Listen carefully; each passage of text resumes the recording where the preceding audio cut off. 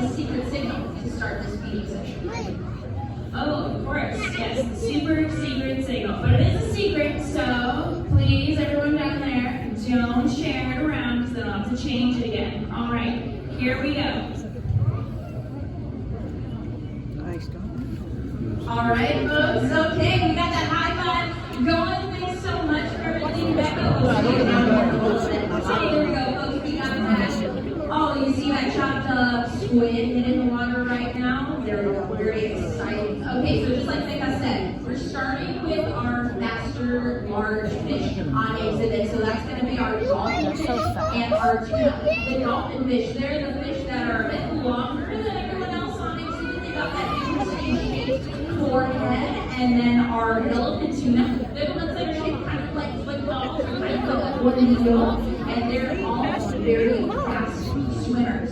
So both of these species can swim up to 40 miles per hour. Really amazing. But you know what? I'm going to focus on the dolphin fish first for a little bit. So you can see they're the ones hanging around also towards the top part of the exhibit. They like to live in what's called the pelagic zone. So they're going to be closer to the surface than maybe some of our other species here on exhibit, and they're very much going after that chopped up squid. And as you see our dolphin fish, you might see something really unique about them. They have the ability to change color. So they have these special skin cells called chromatophores.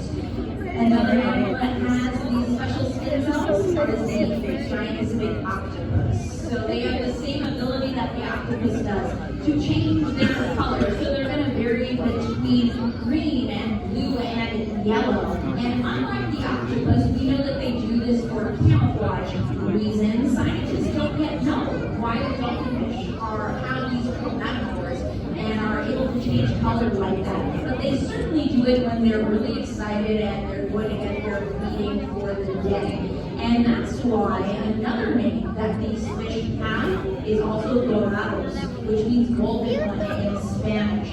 So when fishermen were trying to catch these dolphin fish there at the surface, they would see them changing colors into that beautiful yellow golden color that they can be. Hence their second name. But do you have any seafood fans here in the audience right now? You might recognize the third name for our dolphin fish. Are you ready? They're also known as mahi-mahi. There you go. And folks like to partake in the mahi-mahi at any restaurants or maybe in the grocery stores. So here at the Monterey Bay Aquarium, we're huge seafood fans. We love talking about it. And we especially love talking about eating seafood responsibly. And we do have a tool here in order to make good seafood choices. It's something that I'll touch on a little bit later on in the show. So not only are we feeding our dolphin fish right now, actually, you know what? It looks like one of our pelagic rays is also getting in on that feeding action. You can see them right there in the middle of the exhibit, and they are going to get a little bit of that fill. There we go, doing some of that amazing acrobatics there in the middle. We have another pelagic ray really close to the front part of the wheel, hanging out over on your left-hand side. So, I mentioned that we're feeding all of our fast fish today, but that might get you thinking, how do we feed the more slower moving animals like our pelagic rays? We do it in a very special method. It's called a target feeding. So if you take a look at the monitors, you can see that we will lower a target into the water. This is specific to every single pelagic ray we have. We'll give them their fresh market salmon, and then they'll do something really cute. I like to call it the ray buckle. There you go, folks. Take a look at the monitors. So they will do these acrobatic movements because unlike the dolphin fish and the tuna, their mouth is on the underside of their bodies. So they have to do those movements in order to get the food into their mouths. And let's see, they're not the only slower moving animal we got here. Oh, actually, if you look in the middle right now, you can see one of our pelagic rays. You see them doing that movement. So there we go. Yeah, there we go. We got another one getting in on the action right now as well.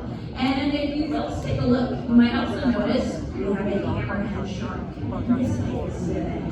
And the way that we do that is also with is a target feeding. So we will put again that fresh market salmon at the end of that long pole, and then that's going to signal to them that their food is ready. They're going to swim up to the top of the exhibit, and then they're going to take that fresh market salmon. Really amazing the way that our animal care team members, they're really able to adapt to the needs of all our animals here on exhibit. Oh, all right, folks, it looks like we got our chopped up big fish hitting the water. Okay, so this is the tuna's favorite course of food. We're gonna see them really start to show off those fast swimming abilities.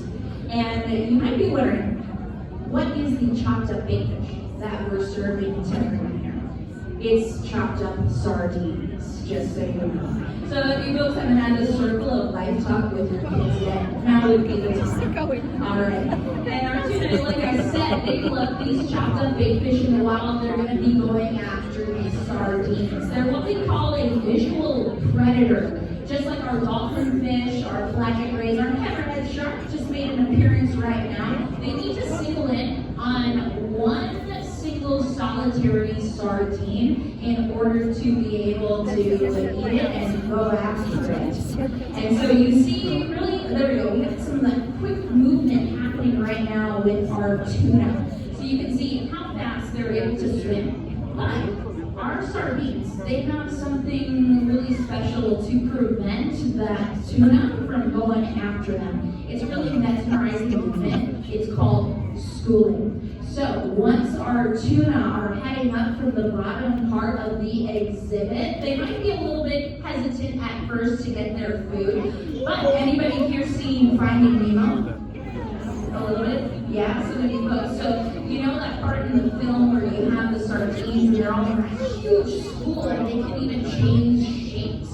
So that's because they're showing off some skills called schooling, mesmerizing movements that you can see in the water. And this is a defense mechanism. It's to prevent any hungry tunas from being able to go after them. Like I was saying, they're a visual predator. They need to pick out just one single sardine from that big school to zero in on them and be able to reach them out of that school. So it's a really good defense mechanism. And in a little bit, if our sardines so choose to come up to the surface, then we'll all play a little game where we'll all pretend to be a hungry tuna. We'll see how well that defense mechanism works.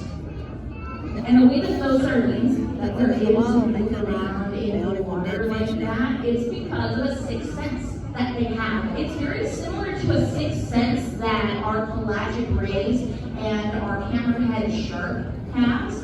So the sardines, they have something called lateral lines.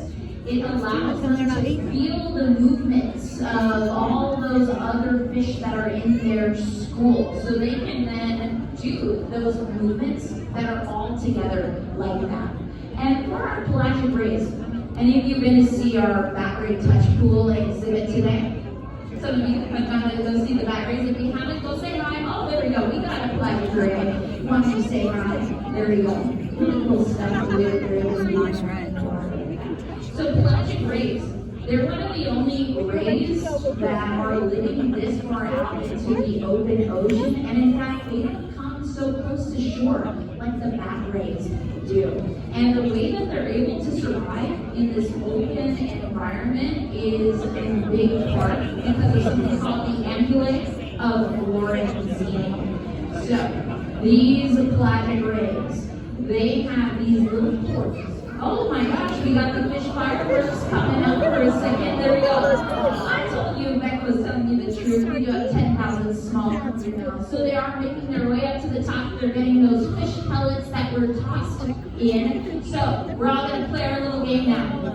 I want everyone to pick out one sardine and we're going to follow them for 5 seconds. We're going to be a very routine right now. You folks ready? Got your sardine? All right, ready? 1, 2, 3, 4, 5. Okay, folks. Anybody still have their sardine? No?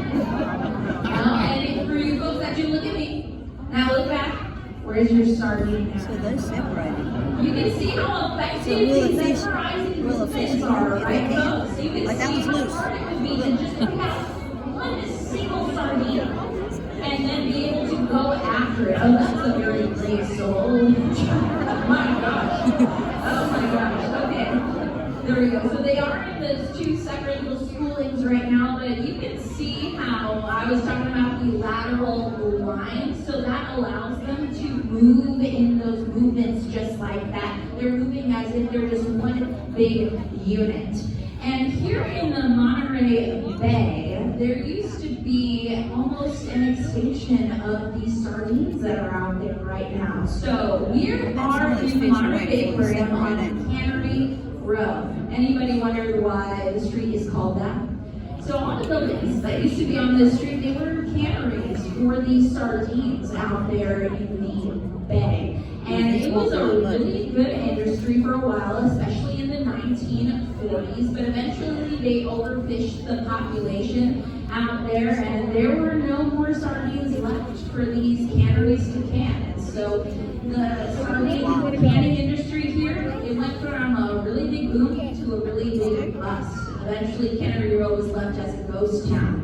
And then we repurposed this building. It used to be the Hudson Cannery into the Monterey Bay Aquarium. Thanks to protections that were put in place in making the Monterey Bay a marine sanctuary, the sardine population there has made a huge comeback. So one way that we can all contribute to ensuring that not only the Monterey Bay, but the entire open ocean remains healthy and thriving and full of wonder and magic like you're seeing right now, folks, with these sardines. Like, what a beautiful, incredible movement, right? One thing that we can do to ensure the health of the ocean is to eat seafood sustainably, like I was talking about earlier. So we do have a program here at the Aquarium. It's called Seafood Watch. We've done all the work for you. So if you take a look at the monitors, we do have some pocket guides available for you to take home today. They follow a stoplight system. You're good to go for anything in the green column. If something in the green isn't available, you can get something in the yellow,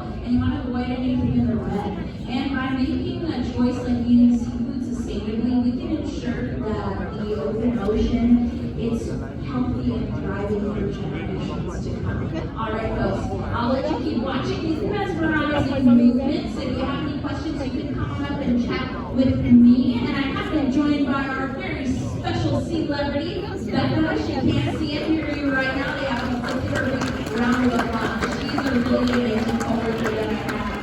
And all right, so we will go into the pocket guide. We do have national sushi. That means people in this time who want to see it get in. But if you thanks so much for coming today to the Seafood and everyone. After that fish she's got.